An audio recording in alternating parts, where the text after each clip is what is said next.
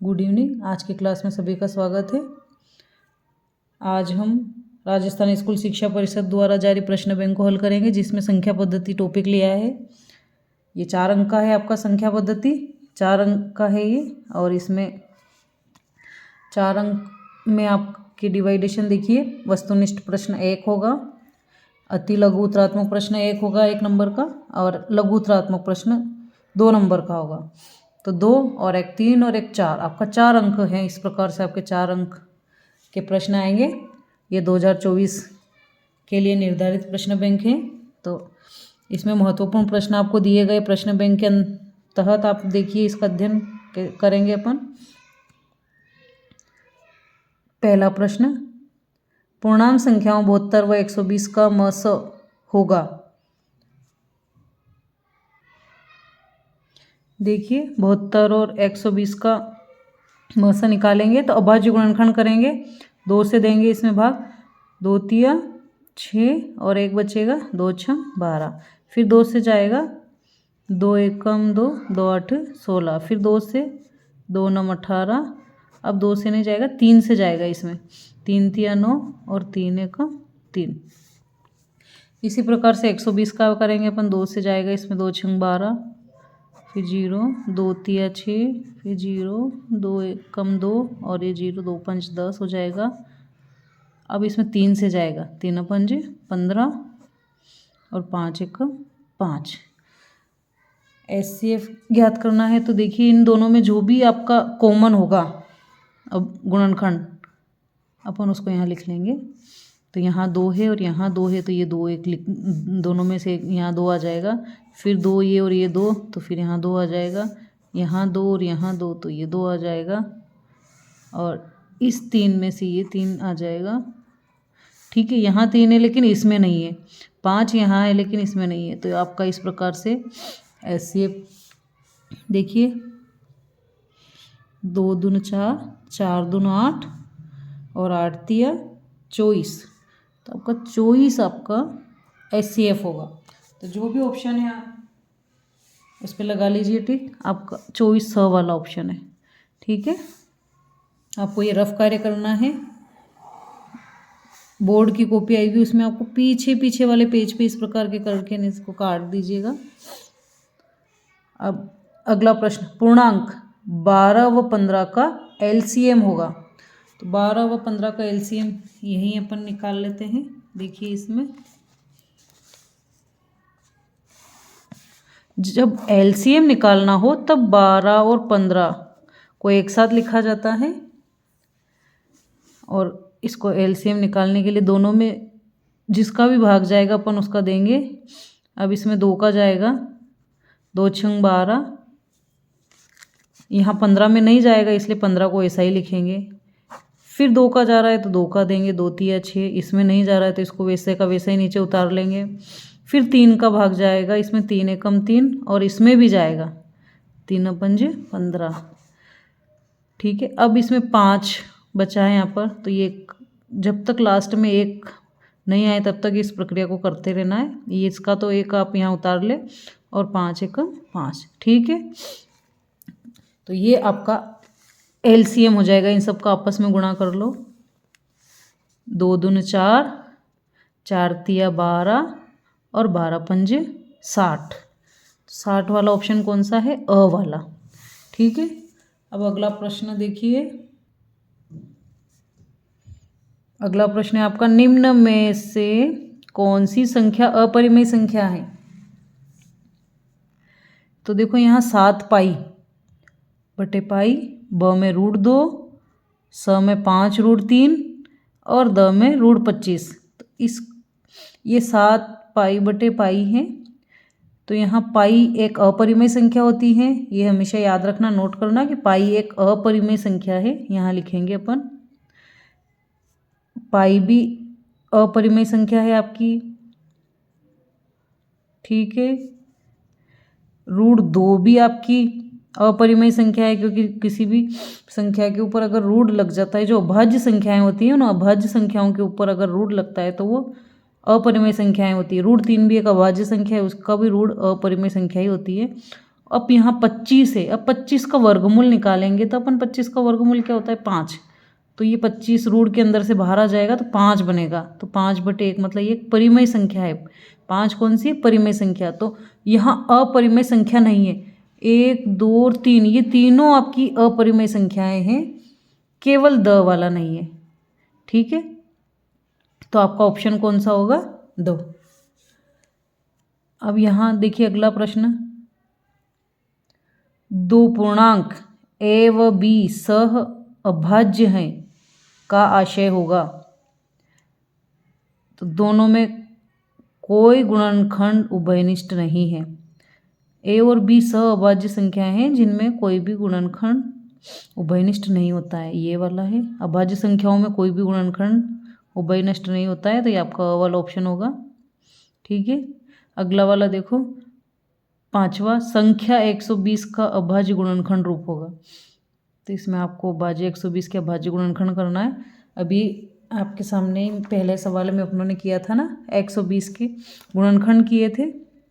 120 के गुणनखंड देखिए अभी किए हुए हैं अपने पास रफ कार्य में, ये रफ कार्य किया हुआ है। तो यहाँ देखते हैं 120 के गुणनखंड क्या आए थे, 1 2 3 4 5 संख्या आई थी। तो 2 कितनी बार आया था? 3 बार। तो 2 की घात क्या बनेगी यहाँ पर? 3 एक बार ही, 3 की घात 1 और 5 भी एक बार ही। तो घात को नहीं भी लगाएं तो चलेगा, कोई बात नहीं, सिर्फ आप 3 लिख दीजिए और यहाँ 5। तो 2 की घात 3 कौन से वाले में है आपके पास?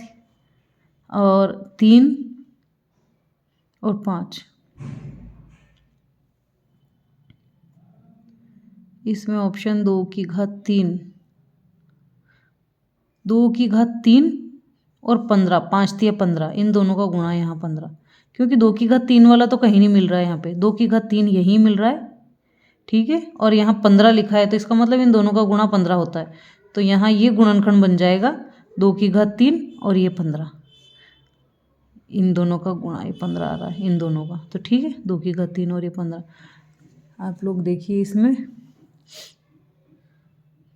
ये वाला ऑप्शन भी गलत आ रहा है, क्योंकि इसमें ऑप्शन में आपका द बता रखा है, अभाज्य गुणनखंड बताना है। अच्छा, अभाज्य गुणनखंड में ही होना है, लेकिन ये ऑप्शन भी आ रहा है, ये वाला भी ऑप्शन, इसमें चारों ही ऑप्शन गलत है, एक भी सही नहीं है। देखते हैं ना, तो एक भी सही नहीं है। अब क्या करेंगे, यहाँ घात 3 होना चाहिए, 2 की घात 3 कर लो यहाँ पे, 2 की घात 3, तो आपका द वाला ऑप्शन सही हो जाएगा फिर, नहीं तो एक भी सही नहीं है इसमें। ठीक है, और जब परीक्षा में इस टाइप के क्वेश्चन आते हैं तो वो आपको बोनस अंक दिए जाते हैं उसमें, फिर अगर चारों ही ऑप्शन में से, इसलिए सारे प्रश्न अटेम्प्ट करना ज़रूरी है। आपने अगर इसमें नंबर डाल दिया कि हाँ प्रश्न नंबर 5 और उसमें कुछ भी लिख के आ गए, तब भी आपको बोनस अंक दिया जाएगा, क्योंकि बच्चे करने की कोशिश करते हैं, उसके बावजूद उसको नहीं आंसर मिलते हैं तो फिर वो छोड़ के आ जाए या कुछ भी लिख के आ जाता है तो उसको नंबर दिए जाते हैं। इसलिए प्रश्न हमेशा करके आना चाहिए, हर प्रश्न के नंबर डाल के आओ कॉपी में, 2-3 आपको बोनस अंक मिल जाते हैं फ्री में। अब अगला देखिए प्रश्न आपका, अगला प्रश्न है आपका 6वां, यदि m और n दो धनात्मक पूर्णांक हैं जिन्हें m बराबर x² y की घात 5 तथा n बराबर x की घात 3 और y की घात 2 के रूप में लिखा जा सकता है, जहाँ x व y अभाज्य संख्याएं हैं, तब HCF m और n दो संख्याएं हैं और उनका HCF अपने को पता करना है, HCF ज्ञात करना है। तो HCF ज्ञात करने के लिए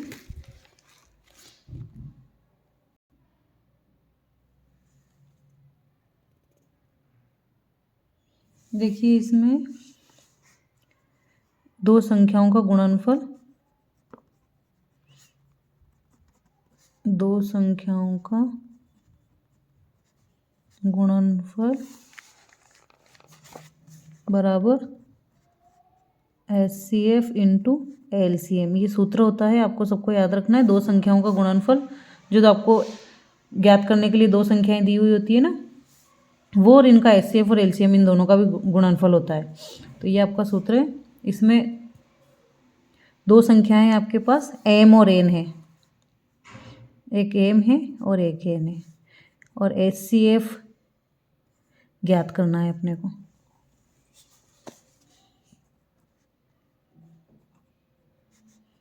इंटू LCM।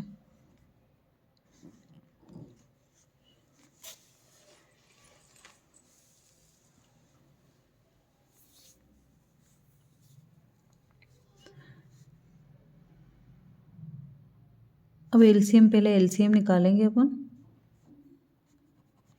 यहाँ पर आपकी M और N की संख्याएं दे रखी है। M दे रखी है x² y की घात 5 और N दे रखी है x की घात 3 और y की घात 2। LCM में क्या होता है कि जो दोनों में मिलता है, यहाँ x की घात 2 है और यहाँ भी x की घात 2 है, तो x की घात 2 आ जाएगी। ठीक है, यहाँ y की घात 5 है और यहाँ y की घात 2 है, तो y की घात 2 इसमें भी आ जाएगी।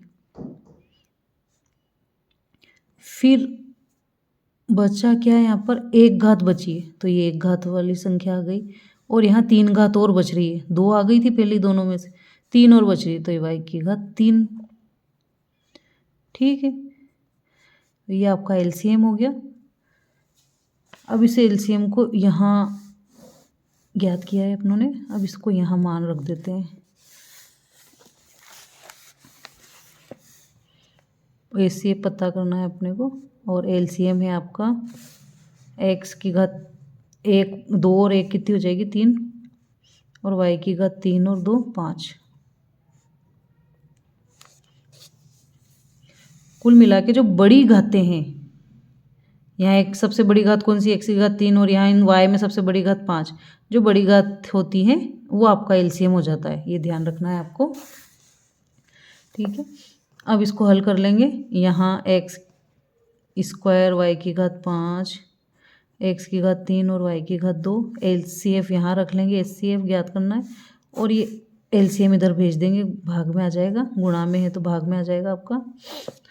अब इसको काट दो, y की घात 5 से y की घात 5 कट जाएगी, x की घात 3 से x की घात 3 कट जाएगी, आपका x² और y² बचा। तो HCF क्या आएगा, x² और y²। ठीक है, तो यहाँ पर x² y² वाला संख्या कौन सा, आपका वाला ऑप्शन होगा। ठीक है, अब ये प्रश्न, वह बड़ी से बड़ी संख्या जिससे 5 को विभाजित करने पर प्रत्येक स्थिति में 245 तथा 1029 शेष रहता है। ये प्रश्न भी गलत है आपका। इसमें ये ऐसा होना चाहिए कि वह बड़ी से बड़ी संख्या जिससे 245 और 1029 को विभाजित करने पर प्रत्येक स्थिति में 5 शेष रहता है, ये प्रश्न बनता है। तो आपका ये दोनों स्थिति में ये प्रश्न पूरा ही गलत है। ठीक है, इसको आप यहीं कैंसिल रखो। इसको 8वां प्रश्न देखो, यदि पूर्णांक x व 18 का LCM 36 है और HCF 2 है तो x का मान होगा। तो यहाँ पर एक संख्या x है और दूसरी संख्या क्या है 18, और इसका HCF 36 दिया हुआ है। तो देखिए दोनों संख्याओं का गुणनफल, मैंने अभी सूत्र लिखा था, दोनों संख्याओं का गुणनफल, ये सूत्र आपको याद रखना है। और आपको HCF इंटू LCM, दोनों संख्याएं कौन सी, एक तो x, ये आपकी x है, और इसका गुणनफल, गुणा का चिन्ह लगा दिया, और HCF आपको 36 दिया है, LCM 36 दिया है ना, और HCF कितना दिया है 2। ठीक है, आगे पीछे से कोई फर्क नहीं पड़ता। LCM आपका 36 और HCF 2, दोनों संख्याओं का गुणा और HCF और LCM का गुणा, ये सूत्र होता है। आपको x निकालना है तो x यहाँ रखेंगे, 36 इंटू 2 और यहाँ 18, गुणा में है तो भाग में आ जाएगा, यहाँ काट दो, 18 एकम 18, 18 दूनी 36, तो x बराबर 4। ठीक है, इस प्रकार से आपका x का मान 4 होगा, द वाला ऑप्शन। अगला प्रश्न देखो, यदि दो संख्याओं का HCF 27 और LCM 162 है तथा उनमें से एक संख्या 54 है तो दूसरी संख्या होगी। यही वाला सूत्र लगेगा इसमें भी, है ना।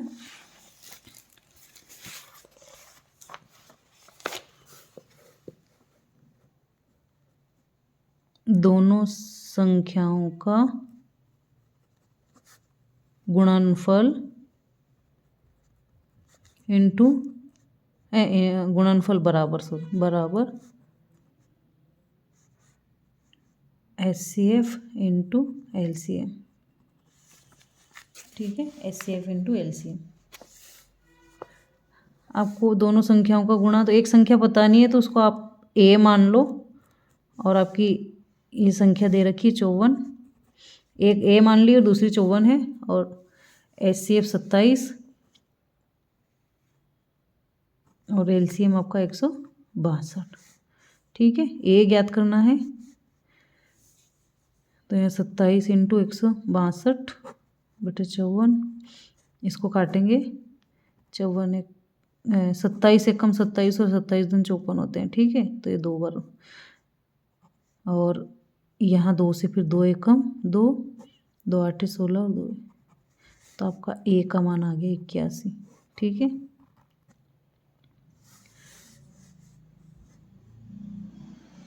बोला आपको ये सूत्र भी नहीं याद है, अगर ये करना भी नहीं आता है तो 27 और 162 का, सॉरी ये नहीं है, इसमें तो संख्याएं नहीं, इसी सूत्र से ही होगा, मैं समझी शायद LCM HCF ज्ञात करना है।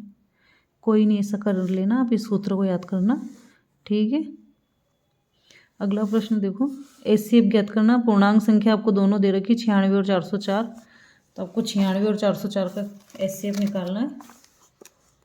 96 का निकालो और फिर एक 404 का निकालो। 96 का 2 से जाएगा, 2 चौक 8, 2 8 16, 2 दूनो 4, 2 चौक 8, 2 एकम 2, 2 दूनो 4, 2 छंग 12 और 2 तिया 6 और 3 एकम 3। ठीक है, 3 से अब यहाँ 2 दून 4, 2 दून 4, फिर 2 एकम 2, और अब 101 एक अभाज्य संख्या है तो इसमें किसी का नहीं जाएगा, 101 का ही जाएगा। ठीक है, तो इस प्रकार से इसमें जो भी HCF ज्ञात करना, जो दोनों में मिल रहा है, 2 यहाँ मिल रहा है, 2 यहाँ है, 2 यहाँ है और 2 यहाँ है, तो 2 यहाँ से ले लिया और एक 2 इसमें से है ना, इन दोनों में से 2 यहाँ आ गया, इन दोनों में से 2 यहाँ आ गया, तो आपका 4 ऑप्शन में देखो कौन सा वाला आंसर है, स वाला। ठीक है, तो इस प्रकार से आपके ये वस्तुनिष्ठ प्रकार के प्रश्न हो गए जो परीक्षा में 1 नंबर में पूछा जाएगा।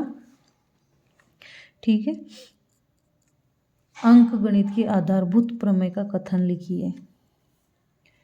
वो अंक गणित का आधारभूत प्रमेय है आपका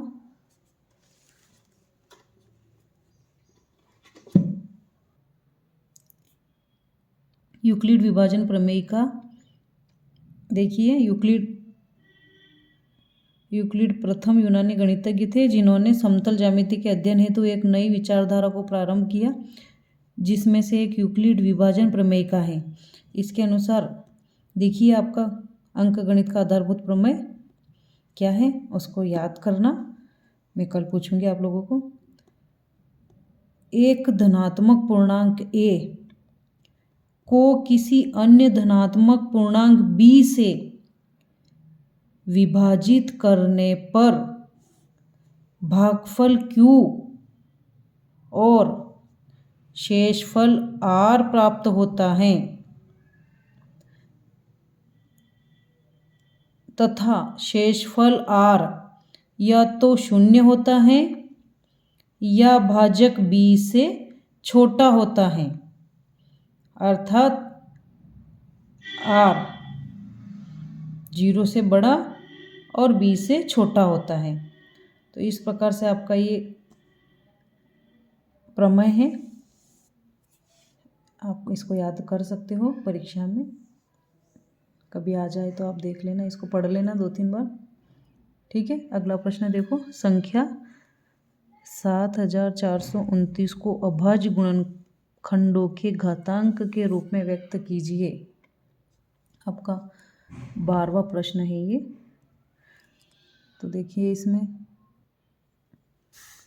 7429, अब इसमें भाग देंगे तो न तो 2 से जाएगा, न 3 से,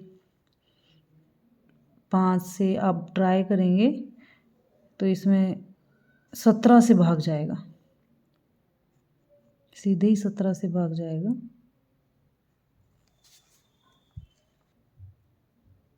सत्रह से भाग जाने पर 437 आएगा। फिर इसमें 19 से भाग जाएगा,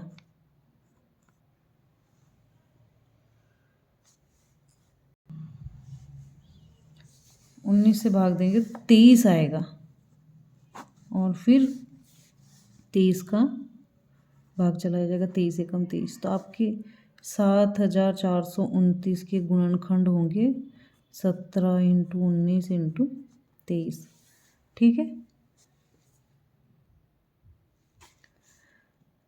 अभाज्य गुणनखंड विधि द्वारा 56 और 224 का यहाँ कुछ प्रिंट मिस हो रहा है, या शायद मस होगा, म दिख रहा है कुछ, मस ज्ञात कीजिए। मस के बारे में कहा गया, तो देखिए इसका मस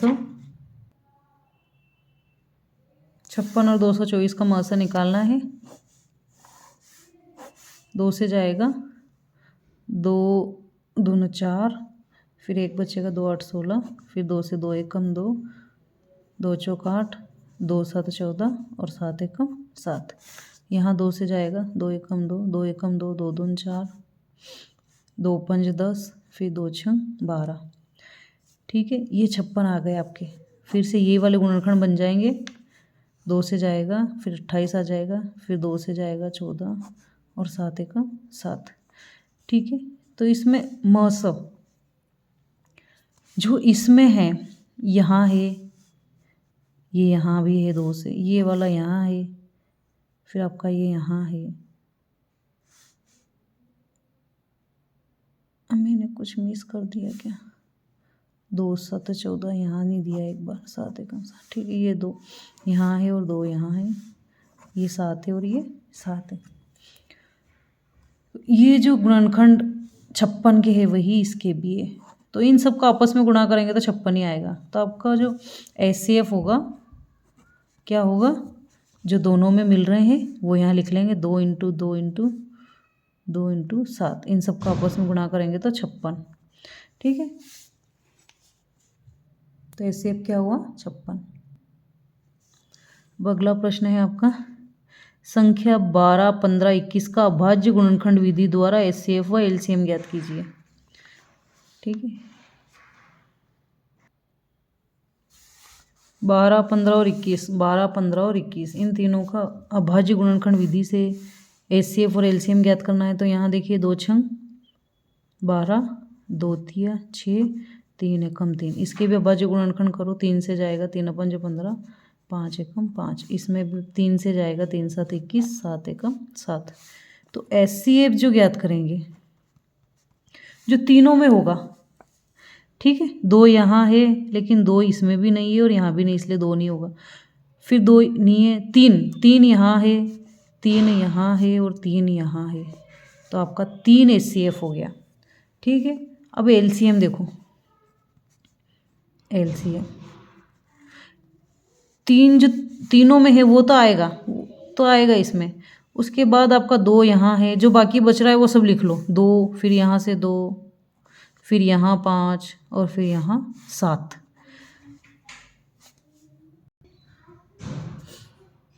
अब इन सब का आप आपस में गुणा कर लीजिए। 3 दूना 6, 6 दूना 12, 12 पंज 60 और 60 का गुणा 7 में करेंगे तो 42, 6 7 42, 420 आएगा। ठीक है, आप गुणा कर लीजिए, रफ कार्य में देख लो। 3 दून 6, 6 दून 12, 12 पंज 60 और 60 में 7 का गुणा करेंगे तो ये 420। ठीक है, आपका LCM हो गया और HCF हो गया।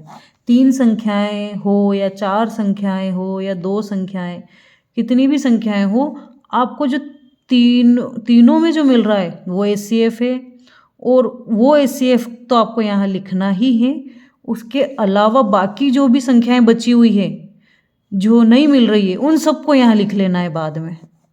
ठीक है, तो ये आपका LCM हो जाएगा। तो आप कितनी भी संख्याएं दी हुई हो, सबका आप LCF और LCM निकाल सकते हैं। ठीक है, अगला प्रश्न देखो, अगला प्रश्न है आपका 15वां। 5005 को अभाज्य गुणनखंड के रूप में व्यक्त कीजिए।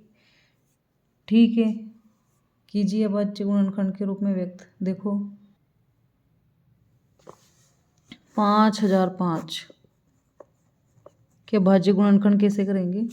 यहाँ 5 का जाएगा सबसे पहले, 5 का, 5 एकम 5 जीरो और ये 5 एकम 5।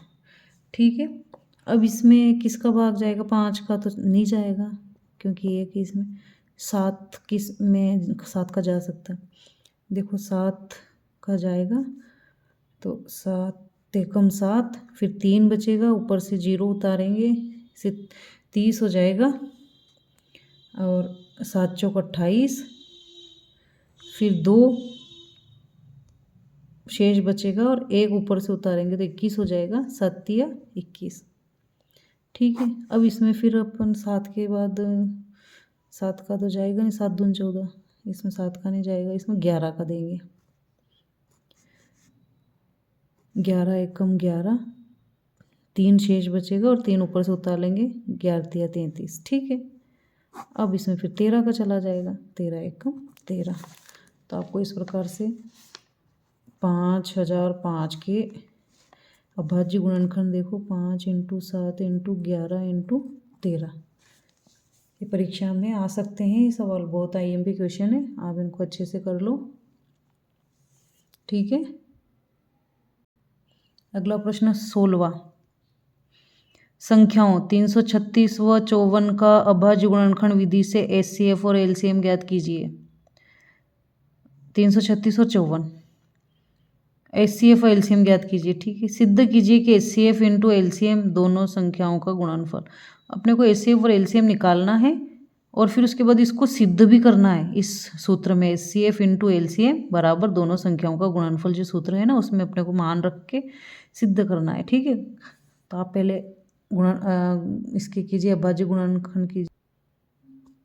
देखिए 336 और 54 का अभाज्य गुणनखंड करेंगे तो इसमें 2 का चला जाएगा, 2 एकम 2, 2 छंग 12, फिर 2 8 16, फिर चला जाएगा 2 8 16, 2 चौक 8, 2 से जाएगा 2 चौक 8, 2 दून 4, 2 दून 4, 2 एकम 2, फिर 3 से जाएगा 3 7 21, फिर 7 एकम 7।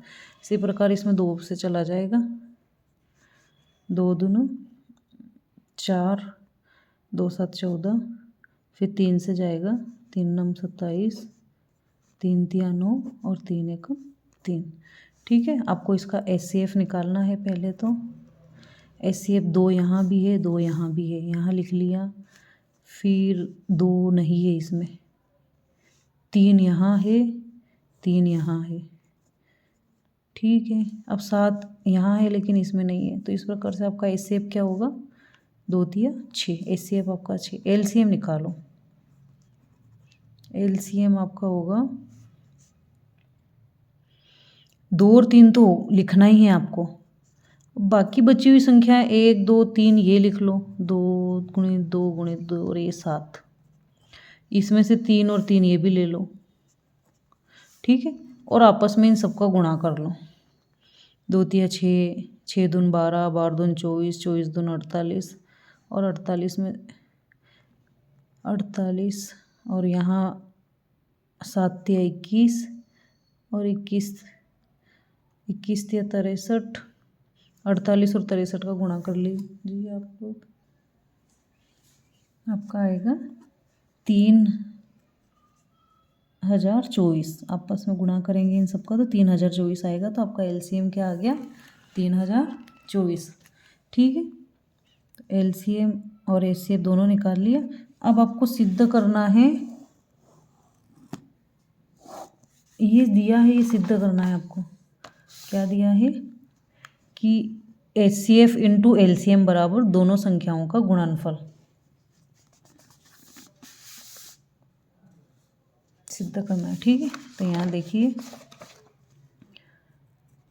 HCF × LCM और दोनों संख्याओं का गुणनफल,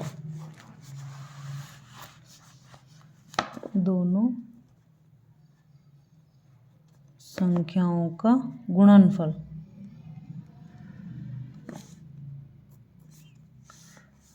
HCF क्या आया आपका 6, HCF तो 6 आया और LCM आया 3024।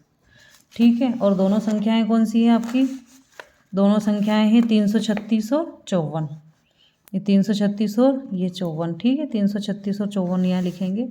336 और 54 आपकी ये दोनों संख्याएं हैं। दोनों संख्याओं का गुणनफल लिख दिया मैंने गुणा में।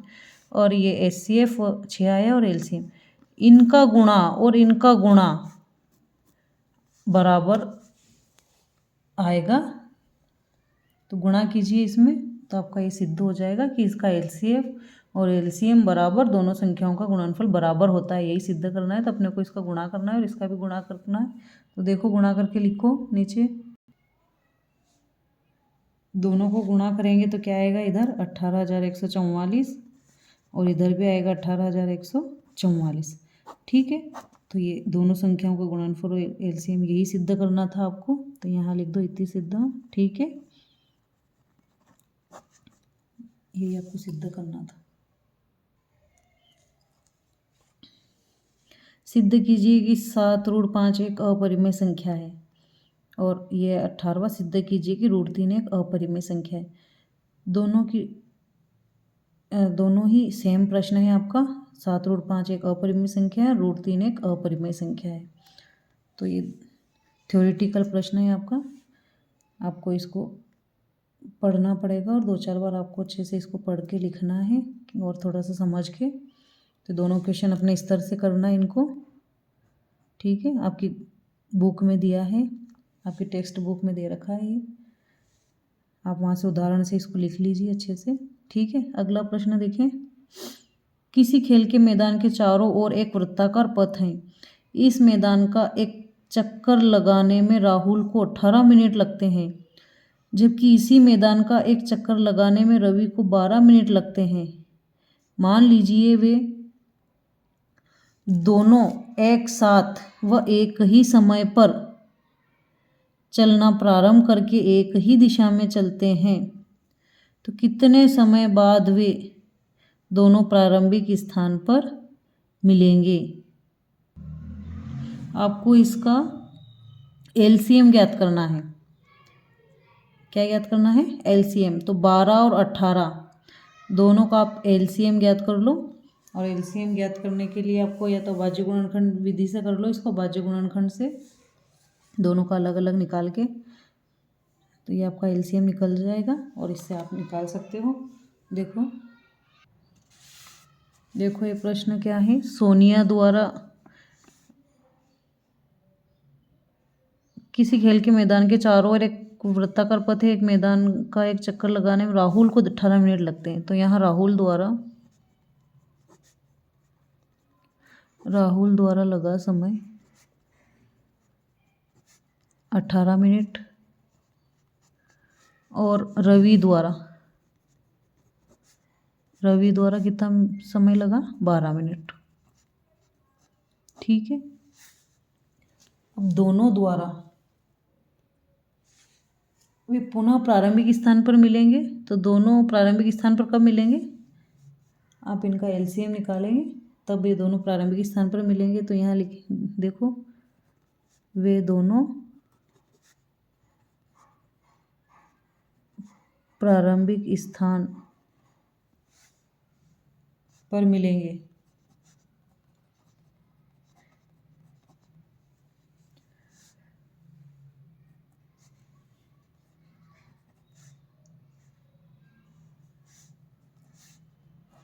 अठारह 12। अब आप इसको आगे हल कर लो अपने हिसाब से। 18 के भाज्य गुणनखंड क्या होंगे और 12 के। आप थोड़ा सा इसको रफ कार्य में कर लो। इसके रफ कार्य में इस प्रकार से इधर कर लेंगे अपन रफ कार्य। इसका रफ कार्य बता देती हूँ मैं। 18 के गुणनखंड 2 9 18, 3 3 9, 3 1 3। फिर आपका एक 12 है, 12 के कर देती हूँ यहाँ में। 2 6 12, 2 3 6, 3 1 3। तो 18 के गुणनखंड है आपके 2 × 3 × 3 और 12 के है 2 × 2 × 3। ठीक है, अब एलसीएम ज्ञात करना है। एलसीएम ज्ञात करना 18 और 12 का।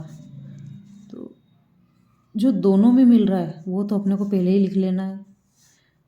इसमें भी मिल रहा है, ये भी पहले ही लिख लो। बाकी क्या बचा? 3 और इसमें से 2 बचा, और इन सब का आपस में गुणा करेंगे।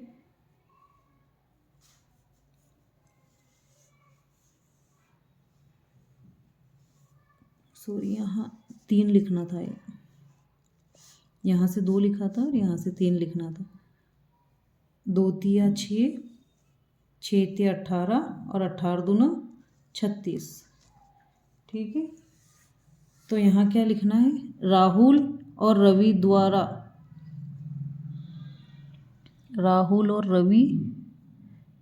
द्वारा एक ही स्थान पर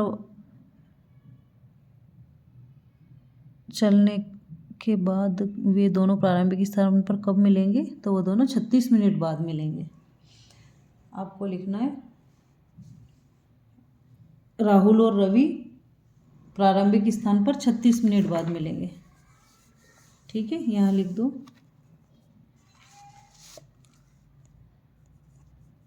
राहुल व रवि प्रारंभिक स्थान पर 36 मिनट बाद मिलेंगे। ठीक है, ये आपका प्रश्न। इस प्रकार से अपने को प्रश्न बनाना है, पूरा लिखना है इसको। ठीक है,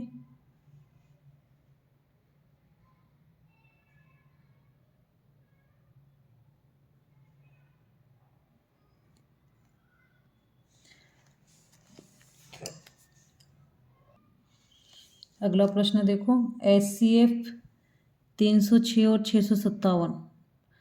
SCF दिया है आपको 306 और 657 का 9 दिया है, तथा LCM दिया है आपको, LCM 306 और 657 ज्ञात करना है।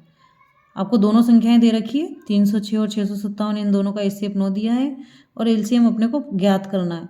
ठीक है, तो यहाँ पर सूत्र लगा लेंगे अपन। देखो कौन सा लगाएंगे? दोनों संख्याओं का गुणनफल, SCF इंटू LCM बराबर दोनों संख्याओं का गुणनफल, दोनों संख्याओं का गुणनफल वाला सूत्र लगा लेंगे।